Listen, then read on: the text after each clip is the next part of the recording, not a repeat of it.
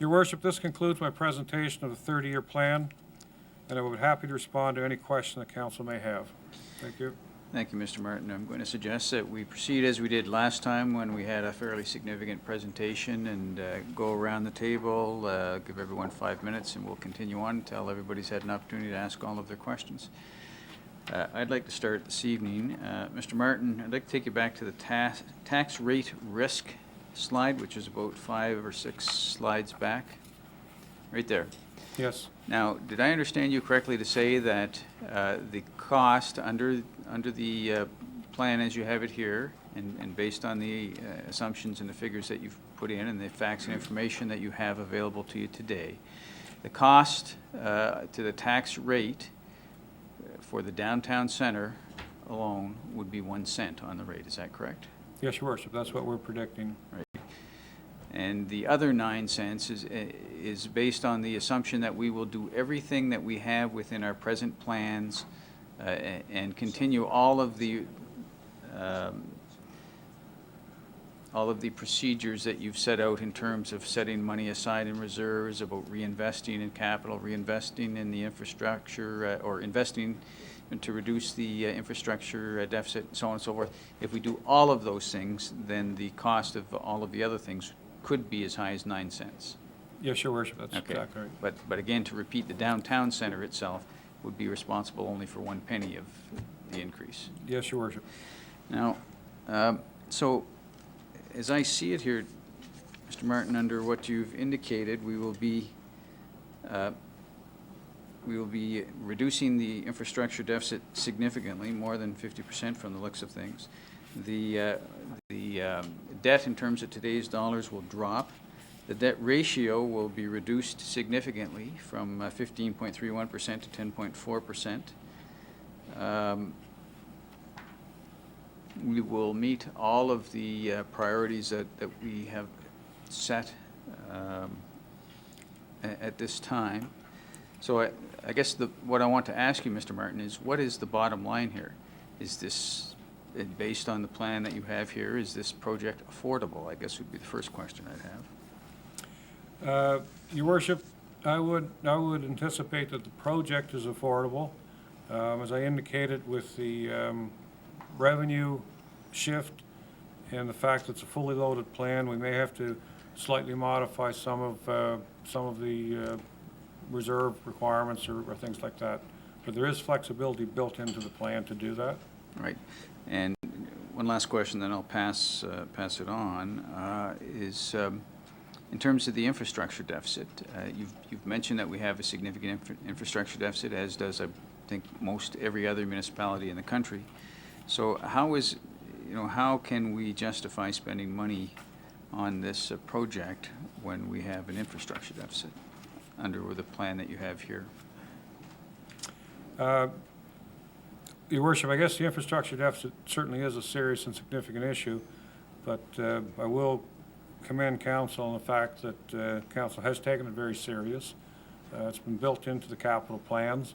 They're well aware of the risks and the amounts, and there's certainly an interest and desire by Council to continue to deal with it. So you'll continue to see that in our capital budget proposals that we'll make on an annual basis. And the other consideration, as I indicated, every asset, you buy an asset today, tomorrow you've got an infrastructure deficit on that asset. And I think it's an important concept. You know, we've all heard the analogy, buy a car, drive it off the lot, and it drops in value 20%, 30%. It's the same type of situation. Assets by their nature will start to deteriorate immediately. It's all about managing deterioration, having a plan, and dealing with things as you become aware of them. And I want to commend Council on taking this as very seriously. Okay, thank you, Mr. Martin. I'll start to my right here. Councillor Boudreau. Merci beaucoup, Monsieur Martin. Thank you, Mr. Martin. Done, and I'm sure you've done your homework and worked many hours coming up with these projections, and they are certainly appreciated. And I might add, I, for one, believe and trust you. And I will be taking into consideration this document very seriously when the appropriate decisions are being made. Thank you. Thank you, Your Worship, and thank you, Councillor. One point that I should make is actually there's a lot of people that work very, very hard on this, probably a lot harder than I did. Two of them are here tonight, Greg and Andrea, who are the deputy treasurers that you all know. And another person that's worked very hard on this is Melanie Terrio, who works with Andrea. So it's been a lot of work. It's been a great project, and I want to thank them for all their hard work and effort to bring it forward. Thank you. Thank you, Mr. Martin. Councillor Thériault. Merci, Monsieur le Maire. Thank you, Mr. Martin, for this document. It's very well done. I took the time to read it, and I think it's as complete as a 30-year plan can be, and it is, as you mentioned, based on assumptions. It is a work in progress. My understanding is that we will be revisiting this plan on an annual basis. Is that correct? Yes, Councillor, in fact, or Your Worship, in fact, if there are any other changes in serious changes, or if there are new scenarios that we wanted to consider, the model is robust enough now that we can just load these things in and come back and let you know how they would impact the future. And I would also like to say that we can question this plan forever. We can create doubt. We can also try to create division by categorizing our citizens by labeling elitists and ordinary, or we can move forward in a responsible manner, taking a calculated risk. Also, we can ask ourselves, and I think we should really ask ourselves this question, what happens if we do nothing, if we don't build this center? I believe that the success of this center will be based on our ability as a city to build cooperative relationships and our ability to create networks and coalitions with the present and future organizations. For example, Downtown Moncton Inc. If they're not there in 15 years, I'm sure that there will be other groups that will come up. There are many issues at stake for the future of our city. We have an aging population. How will this center serve this particular group? We have globalization, environment issues as well. We tend to forget the digital natives, as they are called. I believe those who are using the computers, the first generation of computer users. So I think we have to look at the big picture when we talk about this project. What I'm trying to say is that the project is not just about finances. It's also about the future of our city. And it's all good and well to spend time questioning the feasibility of the project, which of course is part of our due diligence. But it is also important to think about how we want to develop our city in terms of demographic, social changes. This project is really a part of a much bigger picture. So for me, this is a very important document, and I really thank you for the work that you did on this. Merci beaucoup. Thank you, Councillor. Councillor Crosby. Thank you, Your Worship. Thank you, Mr. Martin. Great presentation. I had some time to review it over the weekend. Just a few questions for you, though. You do state in here under the assumption that the tax rate would remain at 1.6393, presumed over this 30-year plan. Yes, yes, Your Worship. That's the assumption, and then the lift in tax is what may have to be applied over that based on what's in here. Okay. His Worship took a few of my questions as well, which you answered sufficiently for me. Infrastructure was definitely a question that I had for you, and you seemed to answer that great. Looking at engineering, I don't see any surprises out of Jack, so I think that's pretty much in line, and he would support your presentation. I do have one question, though, that I was quickly flipping through, and you state hotel room levy of $700,000 from the for the first 15 years Yes. through the hotel, I'm going to call it division, we'll say, of Moncton? Well, Your Worship, the Hotel Association is committed to support this project on a voluntary levy over the 15 years. And that 700,000, what was the number that was estimated back from when IBI, back in those early days. So we've carried that number forward. So that, again, it's an estimate, but that was the number that other plans were based on. Okay, and they've come forward to support that and drive the project as well. So they're giving their full support behind downtown Moncton and this new project. I understand, yes, Your Worship, I understand that they do continue to support it. Okay, great. Thank you, Your Worship. That's all I have for now. Councillor Bourgeois. Merci, Monsieur le Maire. I'm trying to get my head around the 1 cent increase. Does the 1 cent increase include the I think it's $1.6 million that we've started taking from the RCMP rebate? Yes, Your Worship. In fact, that's a good question. The 1 cent is based on the bottom line. If you go back to that slide, I'll just show you, try to make you understand it. Yes, can you keep going back? Shall this be better?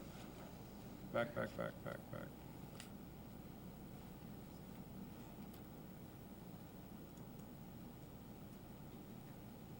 Nope. Oh, please move forward. This one here. I think this is what you're talking about.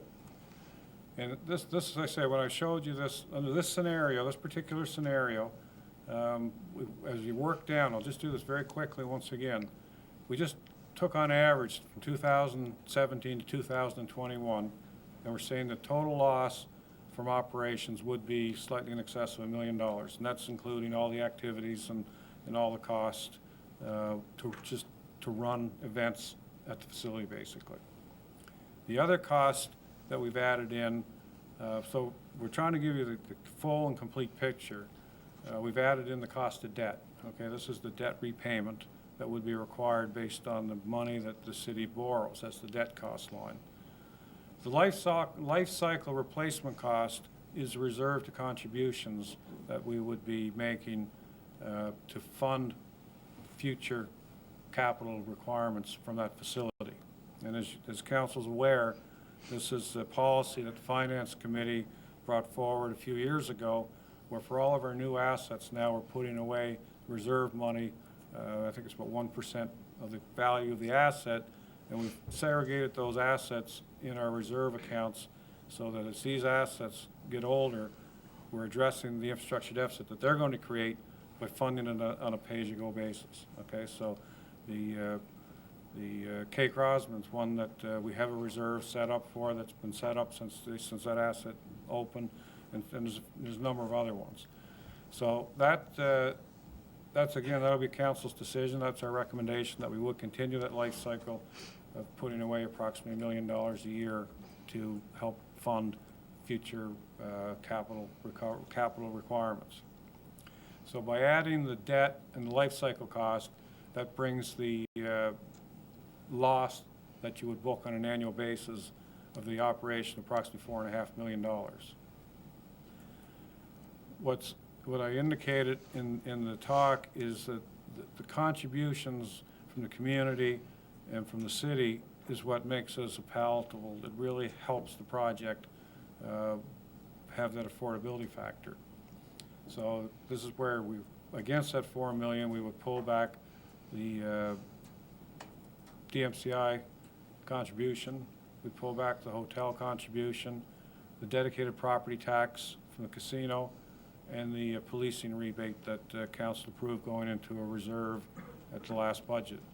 So that would bring the total impact down in that $983,000 number, which again is in that future dollars a little bit. So that's why we're saying roughly $750,000 equals 1 cent. So if it operated at this level, and this was all in today's dollars, it would be that 1 cent. But that's not what I asked. Okay. A 1 cent increase represents about 700,000? Is that what you're In saying? today's dollars? Yes, okay. So 700,000, okay. Stay on that line. Policing rebate of 1.6. Now, council had the option. We could have taken that 1.6 and given it to taxpayers. but instead we decided to put 1.6. So that would mean 2 point something cent on the tax rate already by applying the police rebate, right? At this point, what council's approved is that it will go into reserves, which would be to protect But the for future, the center. presumably. This is what Yes. you're indicating here. Presumably, yes. So Yes. what do you mean presumably this is what you have here? But I don't think, this is what I have Look, here. this is a great presentation, John. I don't want to quibble, but on that line, you say policing rebate, 1.6 million. One of the options council had was to reduce expenditures by 1.6 million, and that would represent 2 point something cent Yes, on the correct. tax dollar. Correct. Yes, okay. But by adding $1.6 million per year for the 30 year of this life cycle for the downtown center, in today's dollar, that means let's say 2.2 cents, maybe 2.3 cents. That is what we're starting to charge in 2013, and we will for the next 30 years charge our taxpayers 2.2 cents policing rebate. As you describe it, yes. Okay. However, Oh, what we're proposing and what I want council to consider, because I do believe that the reserves and the, positioning for the future is a very serious matter. And I know council certainly endorses that. So depending on if this project even happens or doesn't happen, I'd still recommend that the policing rebate be contributed to reserves to allow other things to be dealt with, because I think the city's going to need it. no problem. But for this center, what you are saying is really 1 cent plus 2.2 cent, which is the 1.6 million. This is the citizens, the tax dollars contribution. So it's not 1 cent, it's 3.2 cents that we, as a council, are putting into the center. My 1 cent is what would be required going forward. In addition to In 1.6, addition which to is this whole funding 2.2 model. cents. Yes, in So addition to this whole funding model. 3.2 Yes. cents. Perfect. Okay, so just want to be clear. The second, again, thank you very much for this document. Very, very well made, very informative. You put in here that it does not include the climate change, the funding required for the climate change adaptation. Yes, there is an assumption there in the front, Councillor, and I think I said in the assumption that it addresses, there's nothing specific put aside, but there is money that would be considered in the capital plan going forward. Right. Yeah. I guess my question is to Mr. McDonald, we are doing the climate change adaptation study as we're speaking. When can we expect that? I thought it was this year, right? June, okay, perfect. The RFP process, when we issue the RFP, assuming we're going ahead, we will get, when's the deadline for that? Is it 2014? Your worship, I'd ask the city manager to speak to the RFP. The question was the deadline for the RFP, or the plan? The deadline for the RFP that council may or may not issue, is that what you're asking? What's the plan? What's The deadline? plan is that we would issue the RFP sometime this fall, presumably October, November timeframe, and the results would be anticipated to receive sometime in late winter, early spring of 2014. So in about a year's time? Okay, so we will have this annual update in a year's time that will include the climate change costs and the actual RFP costs instead of a hypothetical? Yeah, your worship, if I could just speak to that for 1 second, and thank you, Councilor. Yes, the short answer is yes. Okay. Because this is a very important element that I want council to really take hold of. You can see on this, it says scenario 3. You may see that say scenario 6 before you're asked to make a final decision. What's important is to continue to look at options and alternatives and how we can make this facility work, okay?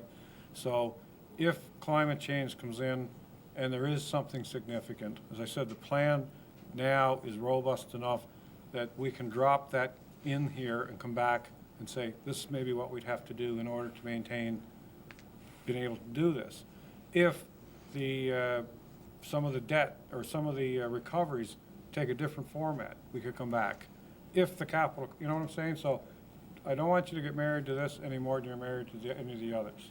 What we need to focus on is developing our council needs to focus on developing a model that will work at a reasonable level. And I think this, we're making progress in that direction. I completely agree, and this document is a very good step to that. And my last questions are, I guess, suggestions or questions to that effect, that how could we make this even more palatable? And I don't know, I didn't read it in detail, didn't have time over the weekend, but does it include the provincial government's intention? I know that it's an assumption, I'm not sure if I read it here, that the provincial government is going to withdraw from the $1.50 commercial non-residential tax, so that this facility would no longer pay provincial property taxes. If that's the case, have you included that amongst your assumptions and your calculations? Your Worship, no, that has not been included, and it's a great point, because I think there's, as I did indicate in here, there's a number of significant revenue issues we have to discuss with the province as part of the puzzle to make this thing work. Okay, because that may represent, I don't know what the value is, if it's a $70 million facility at $1.50 instead of paying the province. And the last one is, the principle here is that we've applied a dedicated property tax from the casino, $920,000. The theory, last time that the city manager was here making his presentation, the theory in all of this is build it and they will come.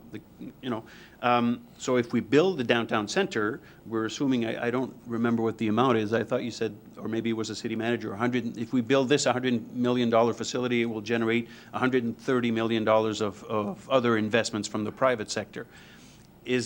When you come back to council in a year's time with the newfangled, or even in the RFP, or these newfangled calculations, could that be one of the assumptions as well, that we could reserve or dedicate some of these additional property taxes that we would, within, I don't know, a 300-meter range of the downtown center, that these would be dedicated, so that as these buildings come up and pay more and more property tax, the citizens would no longer be paying 3.2 cents.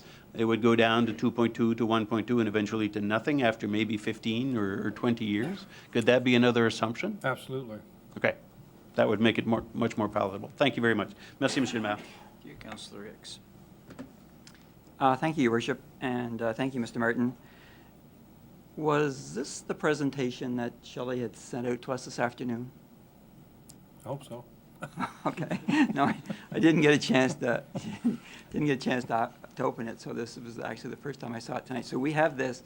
Would it also be possible to have your talking notes as well? Oh, absolutely. Yeah. Okay. Yeah. Thank you. In fact, I think talking notes, Mr. Paul. Yeah, we're putting the talking notes up. Yeah, they'll be available for everybody. Yeah, so we'll get what you were reading from is what I was Yes, referring yes, to. oh, Okay. exactly, same notes, yes. Was 2011 was the last time that we received the 30-year plan? 2011 was the first one that we prepared. Okay.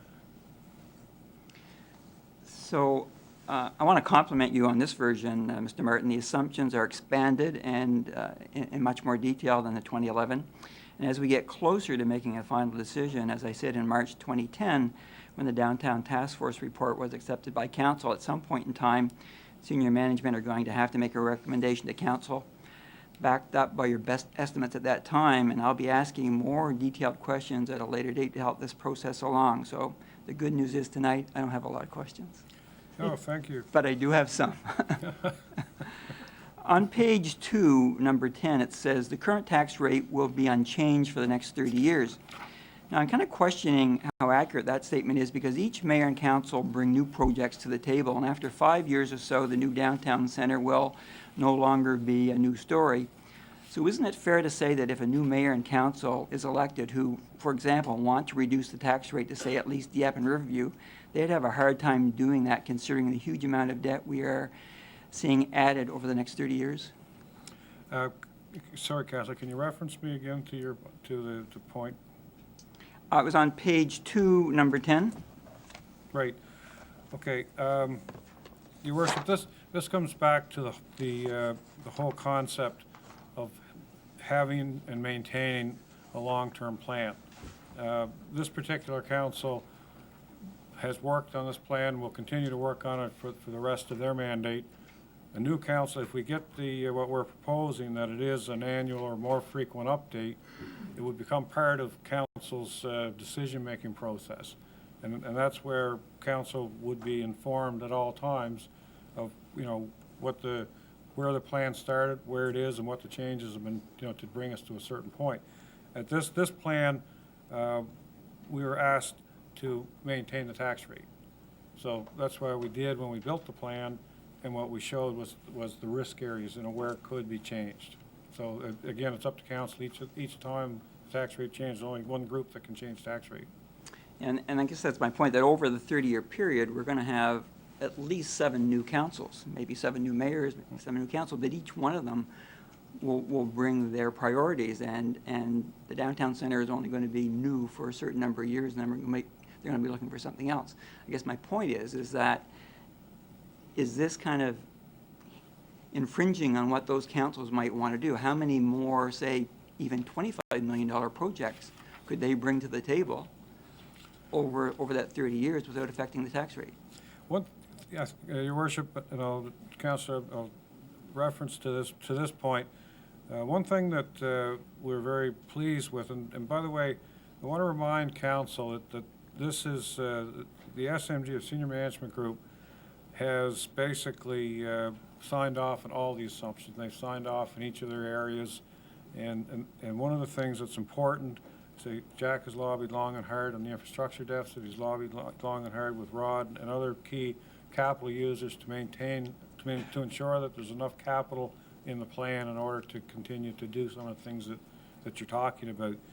And that's why in the slide that we showed up there earlier, we have maintained a consistent spend on capital throughout the plan. Now, it looks like $90 million in 30 years, but in today's dollars, it's going to be roughly equivalent to what we're spending today.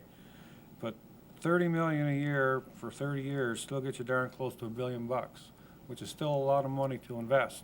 So again, it's regular, planned, strategic. All these things is what will make sure that if a council does identify something, it's how do we build it into that plan?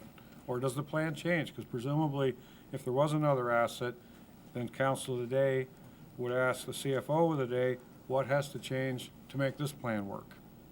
Okay? Yeah.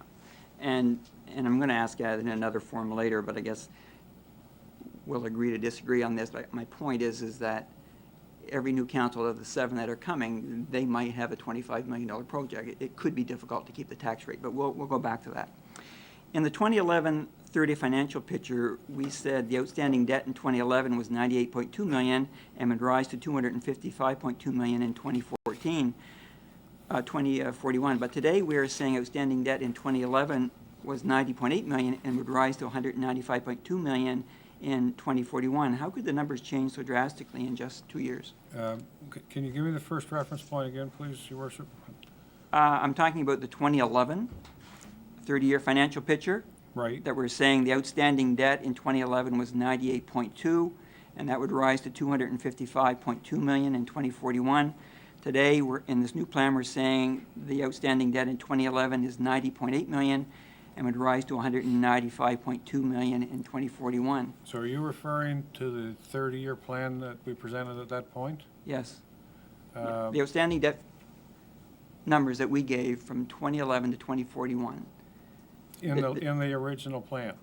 In 2011, the outstanding debt, I'm more concerned about 2041, was 255 million, but in the current plan, we're saying it's down to 195 million. That's $60 million reduction. I'm just wondering how that could happen. Well, one of the things that we've done in this plan, as part of our financial strategy recommendation, is we've enhanced capital from operating to 1/3 of the capital budget by 2041. So we want to build capital from operating every year, and we've started with 4% lift, and then we've built in various times when we can lift it in addition to that. But the strategy that we're recommending from finance, from the finance department, is that we should strive for a goal of having 1/3 of our capital budget funded by cash. Okay, that's what I kind of thought. On page 3, number 3,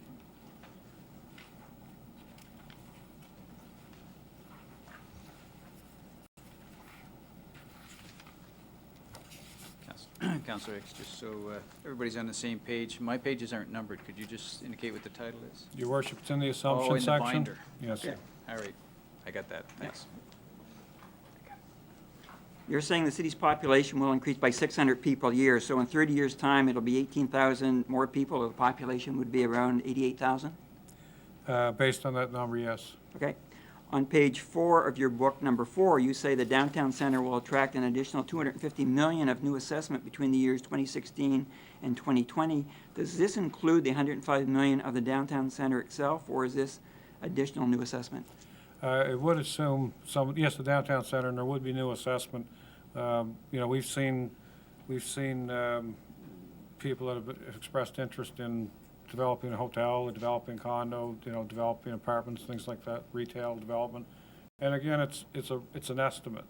It's also, the other thing is that we're also playing off of some information that we've worked with, as you know, various cities in Ontario, and talking to them and say, you know, what do you see out of this? What type of results? But it is, believe me, it's an estimate. But the new assessment of $250 million, is that less the downtown center? So it would be $145 million, or is it $250 million of new assessment plus the $105 million? My anticipation, I'll ask the city manager for clarification, but I've considered that as new assessment. Now, Jacques, are we on the same page on that one? Yeah, it actually includes the downtown center, plus, we lowballed the number, to be honest with you. We believe that the $250 million number includes the downtown center plus the development on the site, i.e., there's 4 acres of land available for the downtown center itself. There are 7 acres of land available for new development on the site. We've only really factored in what we think is a reasonable estimate associated with the development, the full build-out of that 11-acre site. We didn't factor in any of the lands surrounding the 11 acres. We didn't take that into consideration at all, even though we know there will be some lift there.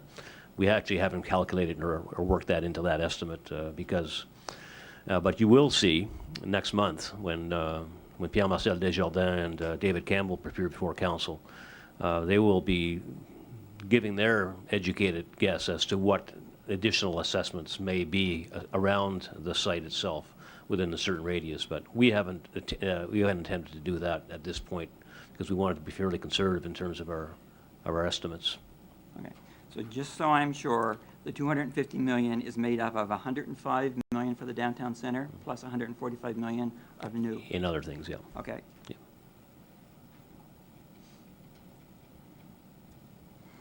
On page 4, numbers 1 and 2, you say the city's contribution will be $37.7 million for the building and $10 million for the land. This is significantly higher than the city council agreed to in March 2010. Do you feel this is the maximum amount of contribution you would recommend the city council to spend, keeping in mind all the other spending obligations the city has and the high forecast debt levels that we're going to have? I know you don't like the answer, but it depends. And I'll tell you why. Because it depends on the profitability model.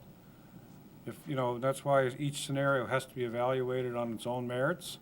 So if we had a model that was more profitable on the top line, but the operating contribution back to itself, that would certainly have an impact. The debt level and the contributions here now, what I've indicated appear to be manageable for the city. Not. Thank you, Your Worship. Mr.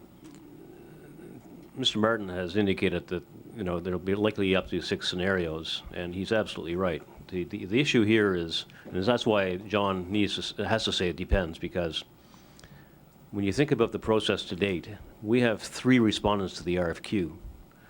If council invites all of those RFQ respondents to respond to an RFP, you're going to get 3 different scenarios again. Each of those will generate a scenario. So there's 6 scenarios in total at that point. In addition to that, council will, if it decides to go ahead with the project, it'll likely say, we want to negotiate with one of those proponents. And that final negotiated scenario will generate 1 more, right? And we may even do another scenario beyond that. So, we're looking at 7 or 8 scenarios. So that's why it's difficult to pin down the final number.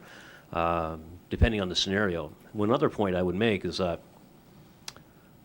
we don't know at this point, because we don't have the RFQs, we don't know at this point what the private sector may or may not invest in the project in terms of equity either, right? In the RFP, if council should council agree to go ahead with it, we will likely ask the question, what are you prepared to bring to the table in terms of cash investment in the project, in the downtown center itself? We don't know the answer to that. We do know in London, for example, that Global Spectrum, this is a matter of public knowledge, that Global Spectrum invested some significant dollars into that project up front. However, it did so on a repayment basis, right? It got repaid back over time through operating profits. So that might be a model. There also might be a model where there's a co-ownership model, a true P3 model. Who knows at this point, right? So that's why it's very difficult for us to say, to hang our hats or to say with any definitive manner that, you know, we should submit 37, 47, 57, or 27 for that matter at this point.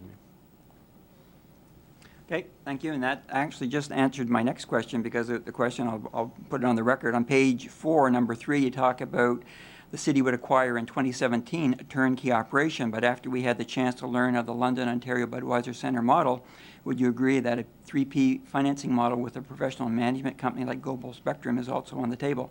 So I'm assuming that's yes. Perfect. On page 6. Councillor, if I may, I'm gonna ask you to pass along here so we can get some other councillors involved, and I'll come back to you. Okay. Thank you. Councillor Pellerin. Thank you, Worship. Very good presentation, John. Yeah. 5 minutes. 5? Thank you. Okay, first question. Your assumptions. Item number 2.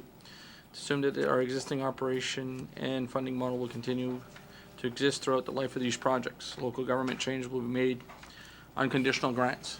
The fact that they're cutting out a proposed $1 million this year, and somewhere around here you said another 900,000, and afterwards it's going to be constant. What happens if they cut it out altogether over the next 30 years? Have you done the numbers on that?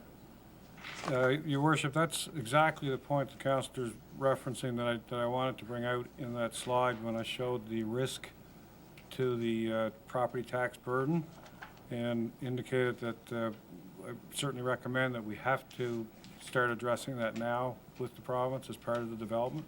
Right, so what you're saying is we need a 30-year commitment from the province of New Brunswick that then conditional grant's not going to be changed. Well, we at least need to know what direction they're going so that we can factor that into our plan. Okay. Item number 8, HST remains at the current rate of 13%. How confident that that's going to happen, considering that PI is now at 14 and Nova Scotia is at 15, and the province is still in debt even though they've increased personal taxes? The reason that we've left that at that rate is because that's our best information at this point. The province has not signaled that they're prepared to move on HST at this point. Okay. And again, as soon as they would, this assumption would be updated. Okay, great. And assumptions on page number 3. Inflation.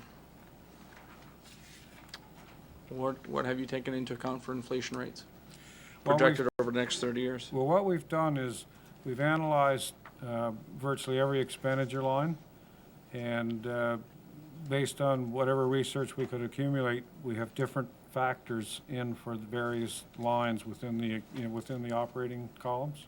Yes. So what happens if there's a deviation on that? That would be something that would have to be addressed at that point. We've said in the range 2 to 4%. Page 8. Oh, thank you. Oh, excellent. Thank you very much. Your Worship and Council, if you could jump to page 8. Greg just reminded me that these are the numbers that we've used on the various areas. Page 8 and page 9, actually. It just demonstrates, the level of detail that we went into to try to estimate. But it's estimates, purely, simply estimates. I understand that. I'm asking you the probability of it. So, all right, that's fine. Item number 2, interest rates. But the fact that the province's debt is increasing year after year, eventually the bond rating is going to get downgraded. Right now, you're projecting 5%. What happens by the time if we were to move forward with this? Are you still confident 5% is attainable? What we've based this on, Your Worship, is the fact that, again, scouring the financial papers, everyone's aware that there's upward pressure on interest rates. This is probably close to 2% higher than we're borrowing now. Yeah, this is close to 2% higher than we're borrowing now. So what we'd want to do is, what we're hoping is in that window between now and 2017, that we could peg the money for a long term. So if we borrowed now, we'd be borrowing in the 3.5 range, something like that. And is there such a thing as a 30-year bond Uh, at There- that percentage? There are 30-year bonds, but through the province, what they would do is they'd certainly look at a 20-year bond, and there's also the opportunity to do what they call balloon payments, and where you'd bond for 10 years and then you'd rebond. And that's something that we'd have to explore as we got to the point where we needed to borrow. Okay, so basically, we're projecting hopefully 5% for the first 20 years, and the last 10 years, we're not sure. Based on what we know today, and based on the rates today, which we thought was conservative, if we could pin that rate, it'd be great. Okay. Excuse me, just, Your Worship, if I could just speak another second on that, because it's a really important point that Councillor Pellern's making in. The way we borrow, like, we don't go down to the Royal Bank or the payday loan place or anywhere else. I mean, we borrow with the province at the rates the province borrow at. So they go to the market twice a year for all of their capital requirements. And they bundle in the communities, throughout the province. The province's bond rating is still not that bad. It's not great, it's not as good as it has been, but it's not that bad. They're still able to attract capital markets to bring cash, okay? So we're taking advantage of that. If we were borrowing that, if we just had to turn up at our bank, the rate would be higher. Okay, that's fine. Now, you said a 4% growth for the next 30 years. Is that growth in assessments, or is that a growth as a city? That's growth in assessment that we predicted. Like, say, well, in the last 5 or 6 years, I mean, it was up 8-9%, and it's slowly moved down now to 6.35 this year, 5.35 this year. So that's why we're saying, we're a bit concerned, and that's why we've pinned it at 4%. Now, what the city manager's talked about and what the project is envisioning is part of, envisioning, is that the word? Hoping for, of course, is economic development, economic growth. So that's something that, if the project works and if it does attract capital that other projects have, that's where the 4% we're hoping may be a little bit better. So is that based on an aging population?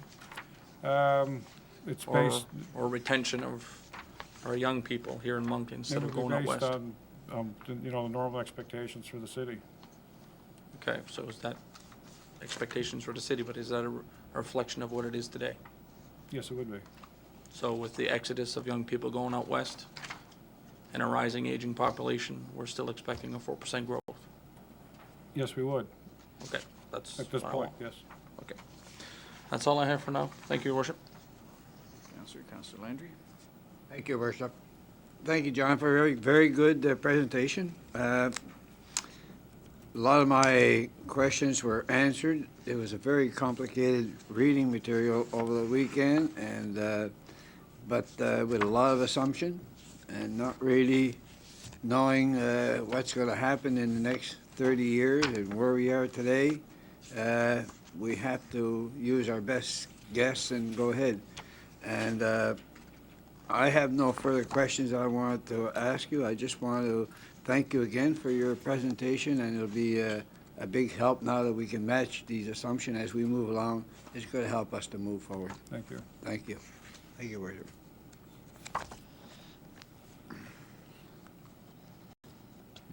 Thanks, Councillor. Councillor Legier. Thanks, Your Worship.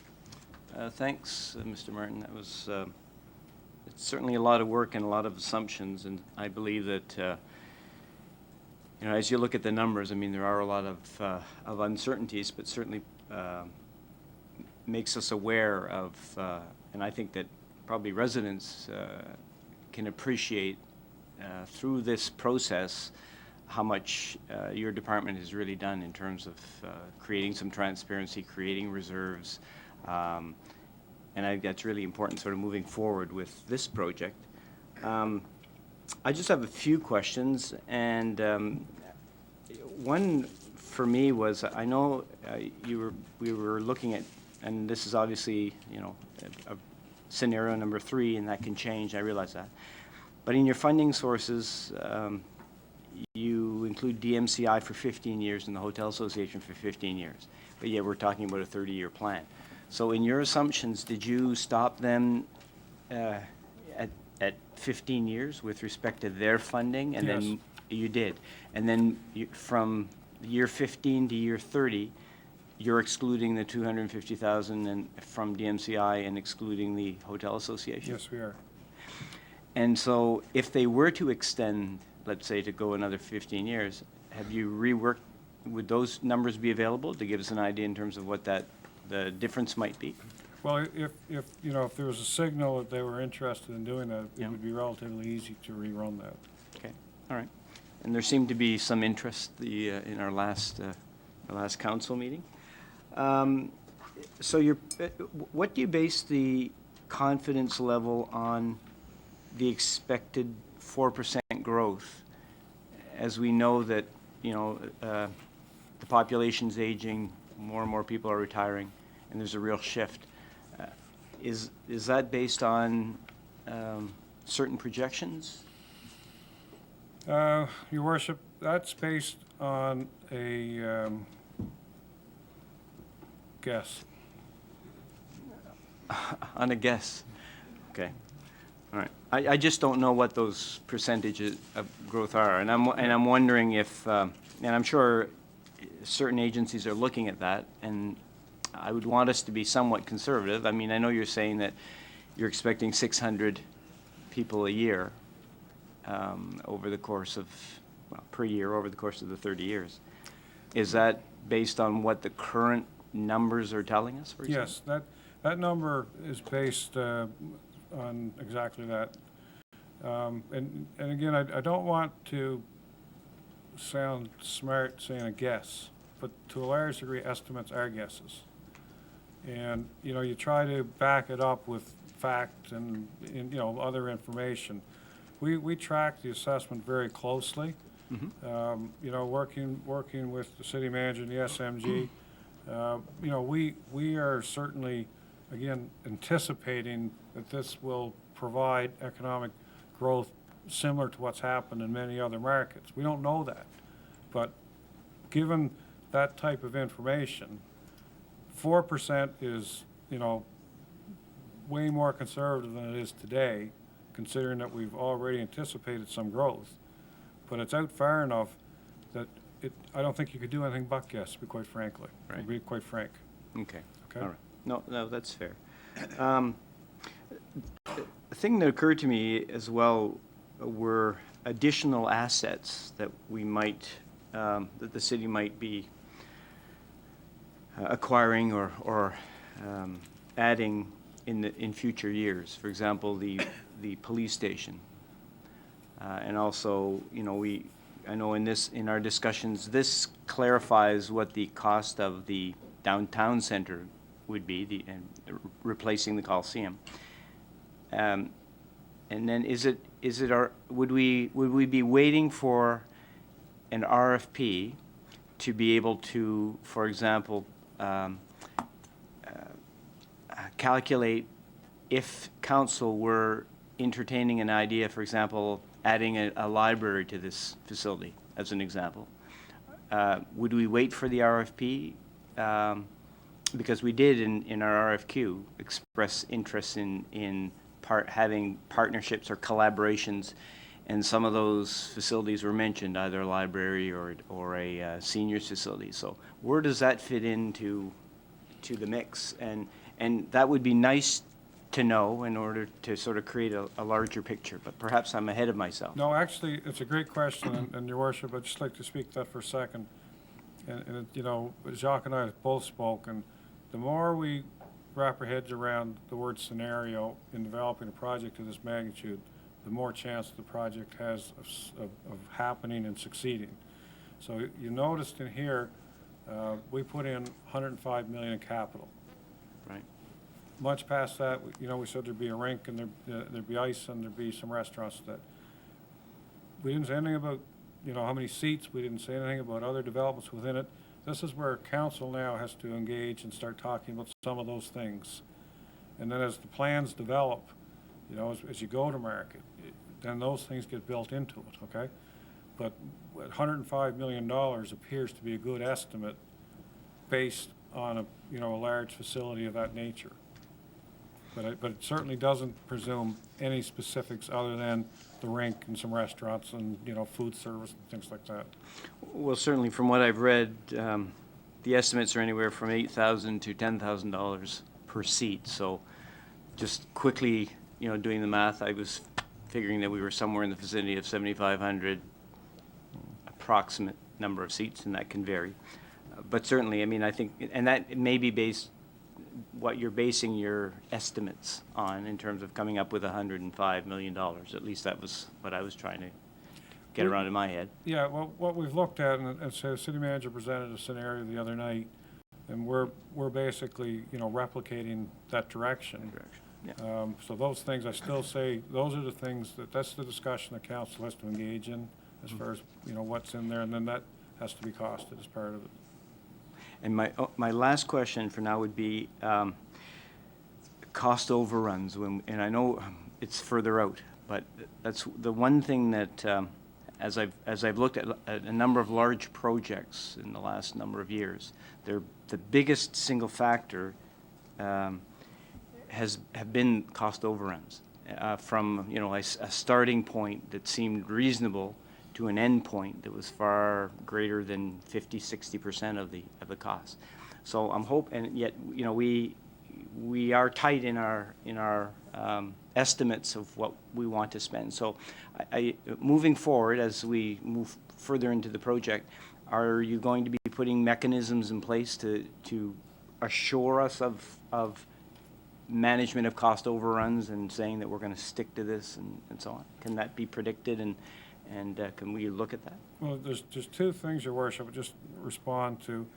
Again, this scenario, as I indicated, is based on design, build, short-term finance, turnkey operations. So basically, that type of deal, you sit down, you say, I'll give you $105 million on January 1st, 2017. See ya. Okay, and then there's all the mechanisms that go in place to manage that.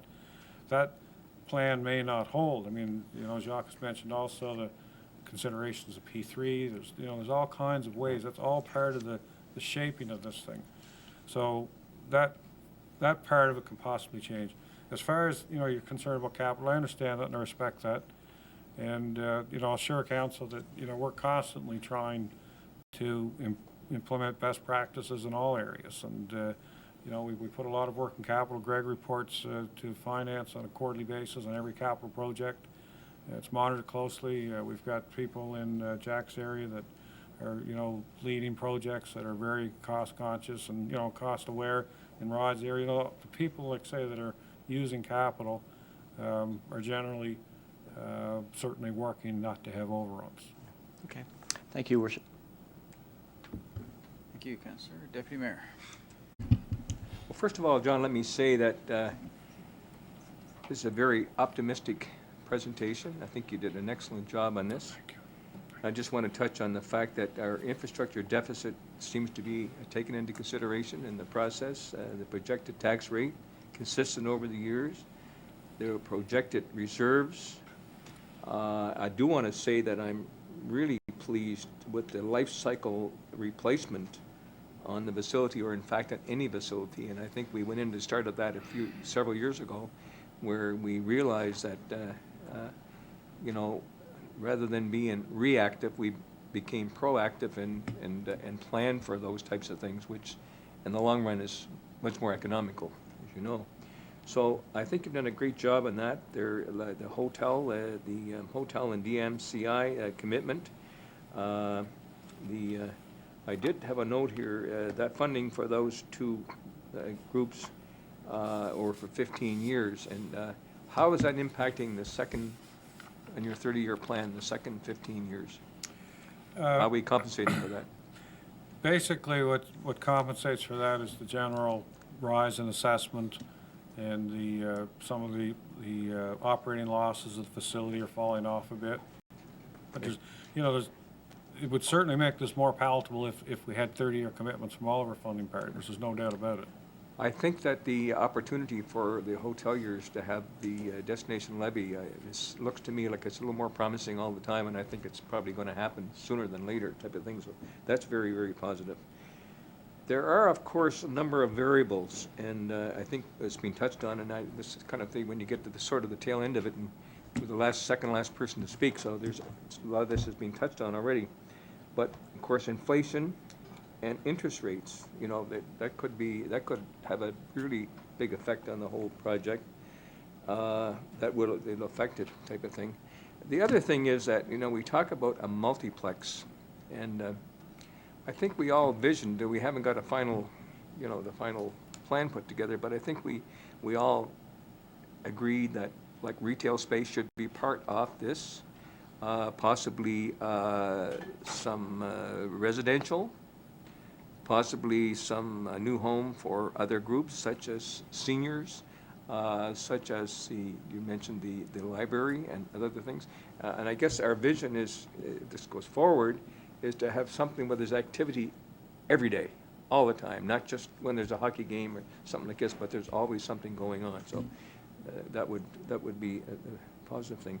And I guess I want to say, John, that overall, I think it's an excellent piece of work that you've done. And I think you've known, you and I have known each other for a few years, and I have the greatest respect for you, and I think you have the highest integrity of anybody I know. But it's a little bit of crystal ball gazing, a whole lot of crystal ball gazing in the whole process. Would you comment on that? Well, thank you. A comment on the compliment. Thank you for that. Compliment first. Well, you deserve it. Absolutely, and Your Worship and Council, the more everybody wraps their head around that concept that it is crystal gazing or crystal ball gazing, that's a fact. But the more we work at it, the more we shape it, the stronger it's going to get. That's why we didn't start fresh here. As I said, we have 211 and 212. We put in actuals. 213 we put our budget in. So each year it's getting more stable. Okay, and there's a lot of talk around here tonight. Just what you were talking about shaping what's in it and what's around it, and other councillors have. That's talk the council needs to engage in, because it can impact the capital, the capital cost of the facility. But that's the intelligent discussion that I think we need to continue to have. And Jacques mentioned the same thing I'm saying, a number of potential scenarios. As we're going to get into a fairly tight time crunch here as we move forward. So the more we can say, how would this work? Will this work? Could that help? And then each time we do it, it gets a little bit more stable. Okay, well, those are my comments. Thank you, Your Worship, and thank you, John, for your Thank you. presentation. I think you did an excellent job. I should thank the whole group, because I realize that Yes, please do. Thank you. excellent staff as well. All right, thank you, Deputy Mayor. Councillor Arnold. Thank you, Your Worship. It is tough being 11 of 11, but I too wanted to thank you on your clear, concise language that you used to present this. It was very understandable, so thank you to you and your team. And I really like this concept of a scenario, and I'm putting it out there now. We'll probably have wagers on just how many scenarios we're going to go through on this. I would imagine it will be a fairly large number as it continues on. I have a question on the land, and I thought I'd take some of the pressure off you, and maybe it's a question for Jack. And the $10 million for the 11 acres, that includes the environmental remediation? Yes? Oh, or Stephen? Yes, Your Worship, that does. We've budgeted an amount for remediation above and beyond the purchase price, totaling in $10 million, correct? So at this point in time, you think that the $10 million will cover everything regarding, At this point in time, indications are that that amount will cover acquisition and remediation. And demolition and Yes. all that sort of thing? Yes. So, okay. Thank you. And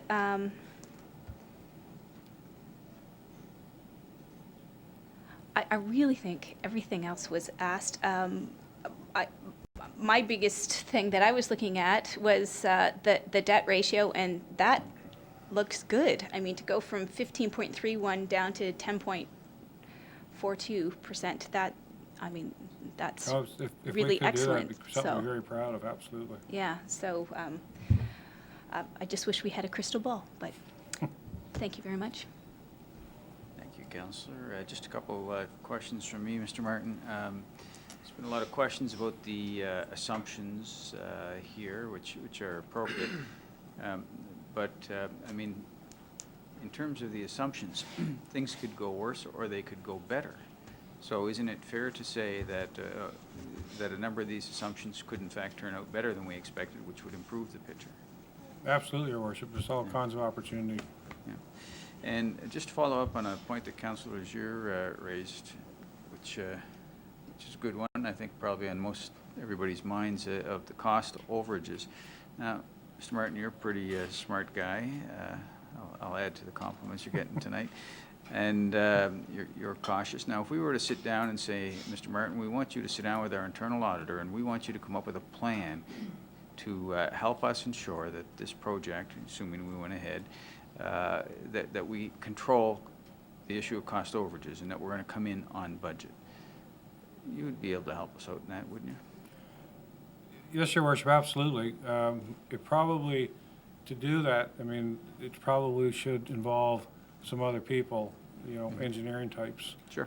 That type of thing, but certainly there's enough expertise in the city to develop a plan, but, you know, even that, there's still risk in any of those major projects. Yep, understood. Yeah. All right, thank you. Councillor Woodrow. Merci, Monsieur le Maire. Thank you, Your Worship. A report that requires any decision on our part, but I will move the recommendation that we have in our council committee report form, which essentially states that council receives the 30-year financial plan as information. Thank you. Moved by Councillor Boudreau and seconded by the Deputy Mayor. Thank you for that. Anything else, Councillor? Nope, that's fine. Councillor Thériault. J'ai rien. C'est tout. Merci. I have nothing. Questions for you. Page 9 of your report, under the assumptions continued. You have point number 13 says that we will purchase the Moncton fourplex in 2024. And then a fixed service fee obviously remaining intact until that point. Do you see that yet? Can you tell me the number again, please? Page 9, Yep. assumptions number 13, top of the page. Oh, yes, okay, yeah. So I'm assuming that after 2024, you're not taking into any, I guess, increased dollar that we'll get off of those rentals towards this? Yes, no, that would be built into it, but of course, there's also increased cost. Yes. So that's why we're just predicting, as fourplex has done, you know, fairly well breaking even, which is what we really asked them to do. Mhm. We're presuming that would continue through the life of the plant. Okay. Also, I had a quick note on, let me find it here, because a lot of my questions have been asked. Your point number 25 on that same page as well, please. Sustainable street allowance will increase by roughly 4% per year. Again, it seems like you're basing everything on somewhere between a 3 to 4% increase over the entire length of this project, or this? Yes, the sustainable street allowance is in the capital budget, and we've tried over the last few years, much to the chagrin of the operating departments, tried to freeze the capital budget as much as we can, and council has certainly supported going in that direction. But at some point, we recognize we have to start building inflation back into the capital plan also because of regular construction inflation. So we're saying, I can't remember the year, it's not there, but that will also be built in so that that would allow, that's another contributor to the infrastructure deficit also. Okay. And when this, if this project goes forward, staffed by City of Moncton, run by the City of Moncton, I'm assuming? That's what this scenario. That's what your numbers are considers. based on? Yes. Okay. Thank you, Your Worship, that's all. Thank you, Councillor Wittrell. No, did you do it? Nice job. Kudos. Thank Okay, thank you. I have nothing else. A nice job. On page 6E, debt, you say annual contributions to debt repayment to support the downtown center will come from the following: $920,000 casino property tax. Since this casino property tax was never set aside at the time the casino was open for a downtown center, would this $920,000 annual payment better be described as a level 2 30-year new tax? Your Worship, we have put aside each year since the casino opened a portion, not the full amount, and that's not today's tax. That's tax that we're predicting by 2017. So what we'll continue, as we have done for the last few years, is try to keep raising that. We figured that was better than just taking all the tax at once. Okay, so it will get there as level 2s, just as you say, and it will get to the point of the tax over time. Okay, so what year did we actually start putting this casino tax aside? Because I don't remember 2 or that. 3 years ago? 2 years ago in the budget. So could you give me, well, I'm going to ask that later anyway, but I'd like to have the breakdown of when, but it's at a very small level now as compared to 920,000. Yes, the tax today, though, Your Worship, is not 920,000 either. That's the future tax on opening, okay? I think it's 650. Oh, I stand corrected. 920 is the current. And do you know what the tax number we've got in the budget right now? It's around 300 in the budget right now. Okay, but back in 2010, when I have in the minutes of that March 15th meeting, I mentioned 660,000 a year. I don't think we were setting it aside then, but after the casino opened, I thought the assessment wasn't even 660,000 a year. I don't remember. We're just going against the tax bill Okay. that they're paying now. I'm going to ask that later anyway. Okay. In our 2013 budget book, you said an average house in Moncton was $150,000. That's in the budget book. What annual increase in this home value are you using in your 30-year assessment? Well, that would be the assessment lift. Right? 4%? Yeah, So yeah, right? that would be 4% a year for 30 years? Yes. Okay. Excuse me, Councilor, just to be clear, it would follow the graph, for the next year, so it'll be slightly higher, and then it levels off at 4. Okay, but on average, do you have a figure? No, 4-ish. Okay. I will write it down just as you said. And my final question, Mr. Martin, I actually just scribbled this down, so I'm going to give you a more detailed question, as I said when I put my questions to you. But getting back to this 1 cent, my amortization schedule only goes to $10 million, so I have to work in 10 million increments. But 10 million over 30 years at 5%, I get that out to an annual payment of about $640,000 a year. So 47.7 million, which is the city's contribution plus the land, would equal about $3,053,000 every year of those 30 years. So that works out to about 4.3 cents on the tax rate. Now, if you take the 950,000 off for the first 15 years from the Hotel Association and Downtown Moncton Inc., that would get a rate increase for years 1 to 15 of about 3 cents, and for years 16 to 30 of 4.36 cents. I'd have to see your numbers, Councilor, and we could reconcile them to ours. Okay, because there is only one taxpayer. Yep.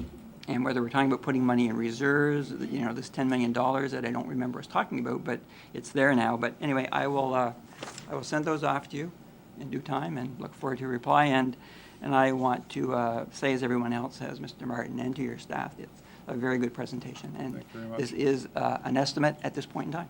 Thank you. Thank you, Your Worship. Thank you, Councillor Hicks. And Mr. Dubé, you had something you wanted to clarify? Yeah, just 3 points, Your Worship. Thank you. I just wanted to go back to Councillor Leger's commentary, and he was asking a very important question about population growth and assessment growth. We believe that our our estimates, our guess, as John would put it, are actually very conservative.